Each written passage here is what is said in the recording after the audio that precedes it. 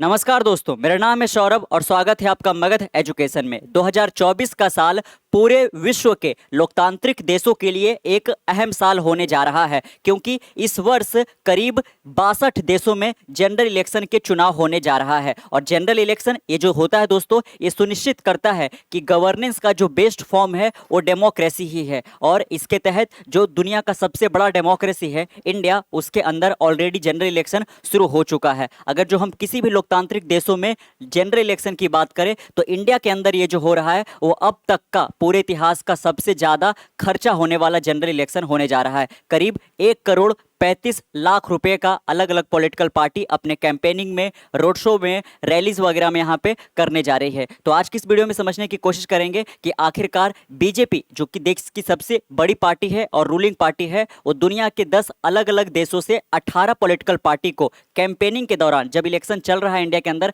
आखिरकार क्यों इन्वाइट करी है, आखिरकार उनका एजेंडा क्या है और इसमें कौन कौन देश के कौन कौन पॉलिटिकल पार्टी सम्मिलित होने जा रही है। क्या यूरोपियन यूनियन का कोई देश सम्मिलित होने जा रहा है, अमेरिका के कोई डेलीगेट इसमें आने जा रहे हैं, क्या है कुछ हम इसको विस्तार से समझते हैं। लेकिन आपको यह बता दें यहाँ पे कि ये जो है ना इनविटेशन दिया गया है, ये हमारे इलेक्शन कमीशन के द्वारा नहीं दिया गया है दोस्तों। यहाँ पे एक पॉलिटिकल पार्टी के द्वारा दिया गया है। इनका क्या जानना है यहाँ पे, है ना, इनका ये मानना है कि हमारे देश के अंदर बीजेपी जो है किस तरीके से इलेक्शन कैंपेनिंग कर रही है, इसको दुनिया भर के जो यहाँ पे पॉलिटिकल पार्टी है वो आकर देखे। इनका एक जो प्रोग्राम है, जो कि इनके 43वें फाउंडेशन डे के, है ना, मद्देनजर इसको रखा गया है, वो है ग्लोबल आउटरीच प्रोग्राम, जिसको नो बीजेपी के नाम से यहाँ पे रखा गया है ना, ताकि अपना जो ये ब्रांडिंग है दुनिया भर में वो बढ़ा सके। दोस्तों यहाँ पे आप देख सकते हैं, BJP invite Putin linked party Netanyahu party to witness the election campaign, है ना। देख सकते हैं कि जो बीजेपी है वो इनवाइट करी है कि जो व्लादिमीर पुतिन, यानी कि जो रसिया के प्रेसिडेंट है,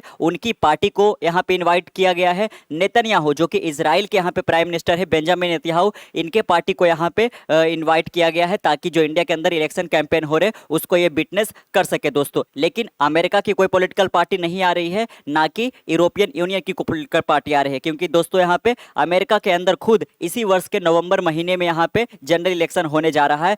और उसके तहत यहाँ पे जो डोनाल्ड ट्रंप है और जो बाइडन और जोरों शोरों से अपना कैंपेनिंग यहाँ पे कर रहे हैं। वही अगर जो हम इंग्लैंड की बात करें तो इंग्लैंड में भी आप यहाँ पे देख सकते हैं, local election 2024 polls open in England and Wales, है ना। इंग्लैंड और वेल्स के अंदर यहाँ पे, या फिर कह लीजिए इंग्लैंड के अंदर जो लोकल इलेक्शन होते हैं उसके तहत जो पोलिंग है वो ऑलरेडी स्टार्ट हो चुका है, जो कि ये सुनिश्चित करेगा कि ऋषि सुनाक प्रधानमंत्री के रूप में इंग्लैंड का बरकरार रहेंगे या फिर उनको किसी और पर्सन के, है ना, साथ रिप्लेस कर दिया जाएगा। यहाँ पे आप वहीं पे देख सकते हैं, अमेरिका की बात करें तो आप देख सकते हैं 2024 US presidential election, Donald Trump warns of blood bath if he is not elected, कि अगर जो डोनाल्ड ट्रंप को नहीं इलेक्ट किया जाता है प्रेसिडेंट के तौर पे तो एक खून खराबा जैसा होगा, ब्लड बात होगा, ऐसा। तो इनके, है ना, कह लीजिए कि कैंपेनिंग के ये सब कुछ चंद हिस्से हैं जो आपने यहाँ पे देखा। चलिए अब यहाँ पे बात कर लेते हैं कि ये जो इनिशिएटिव है ना लाया गया है बीजेपी के द्वारा कि पॉलिटिकल पार्टी को जो इनवाइट कर रहे हैं, इसको थोड़ा सा समझ लेते हैं।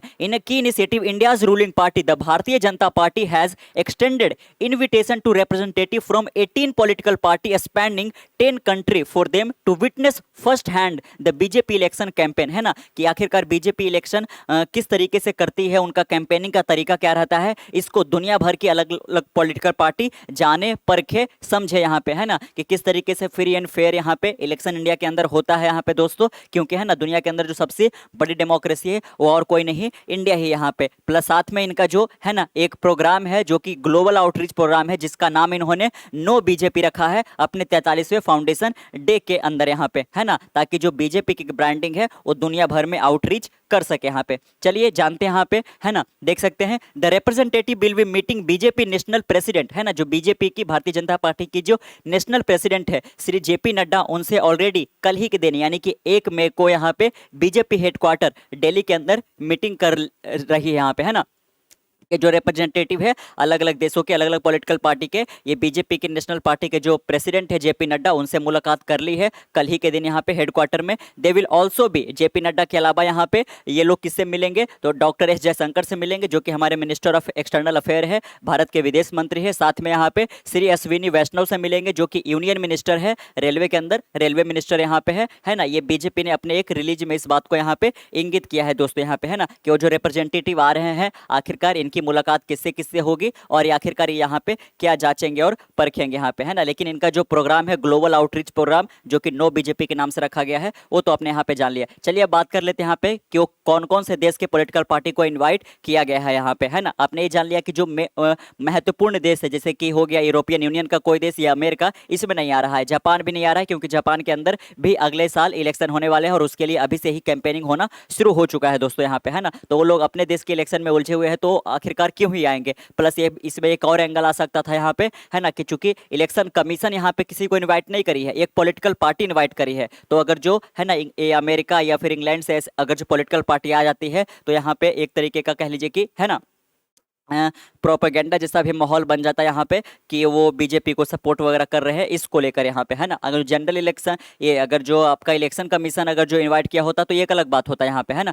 The delegation include a diverse range of party from the United Russia party. चलिए अब शुरू करते हैं कि वो कौन कौन सी पार्टी होने वाली है। तो इसमें जो पहली पार्टी है वो व्लादिमीर पुतिन की पार्टी, यानी कि रशिया के प्रेसिडेंट की पार्टी, यूनाइटेड रशिया पार्टी, है ना, जो कि प्रेसिडेंट व्लादिमीर पुतिन के द्वारा ही फाउंड किया गया था। जो दूसरा यहाँ पे है पार्टी का नाम, वो है लिकुद पार्टी, जो कि यहाँ पे Israeli prime minister Benjamin Netanyahu का पार्टी है। तो दो पार्टी आपने जान लिया, एक लिकुद और दूसरा यूनाइटेड रशिया पार्टी। एक यहाँ पे रशिया का है दोस्तों और दूसरा यहाँ पे इजराइल का है ना।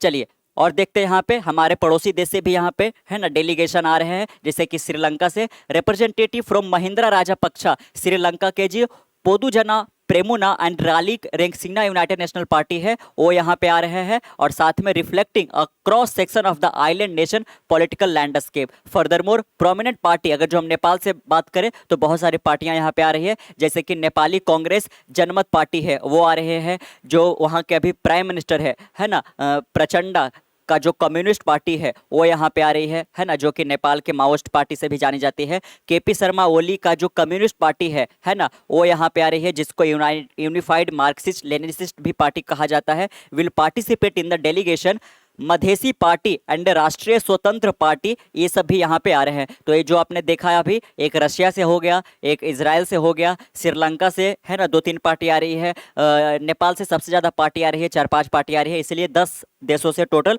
18 पार्टियों को यहाँ पे इनवाइट किया गया है। The visit is part of the global outreach programme. आप देख सकते हैं कि इनका जो ग्लोबल आउटरीच प्रोग्राम है उसी के तहत यहाँ पे एक पार्ट के तहत ये इनिशिएटिव लोग को लॉन्च किया गया है ना, जो कि किस नाम से रखा गया है, नो बीजेपी नाम से रखा गया है ना। 43वें फाउंडेशन डे पे ये जो बीजेपी के नेशनल प्रेसिडेंट है जेपी नड्डा के द्वारा ये ऑर्गेनाइज किया गया है। Added the release emphasising the significance of this initiative in promoting understanding in Indian electoral politics, है ना, ताकि यहाँ पे जो इंडिया के अंदर इलेक्टोरल पॉलिटिक्स कैसे काम करता है, कैंपेनिंग कैसे काम करता है, फ्री एंड फेयर इलेक्शन होते हैं कि नहीं होते हैं, इसको दुनिया यहाँ पे समझ सके, इसके लिए यहाँ पे ये प्रोग्राम रखा गया है। डेलीगेट फ्रॉम मॉरिशस, है ना, अपने श्रीलंका से जान लिया कि कौन पार्टी आ रही है, नेपाल से जान लिया, रशिया से जान लिया, इजराइल से जान लिया, इसके बाद आइए मॉरिशस, है ना। तो मॉरिशस से भी डेलीगेट आ रहे हैं, जैसे कि जो इनके रिप्रेजेंटेटिव होंगे वो किस पार्टी से बिलोंग करेंगे, तो मिलिटेंट सोशलिस्ट मूवमेंट एक जो पार्टी है उससे यहाँ पे आ रहे हैं। अगर जो हम अफ्रीका कॉन्टिनेंट से बात करें दोस्तों यहाँ पे,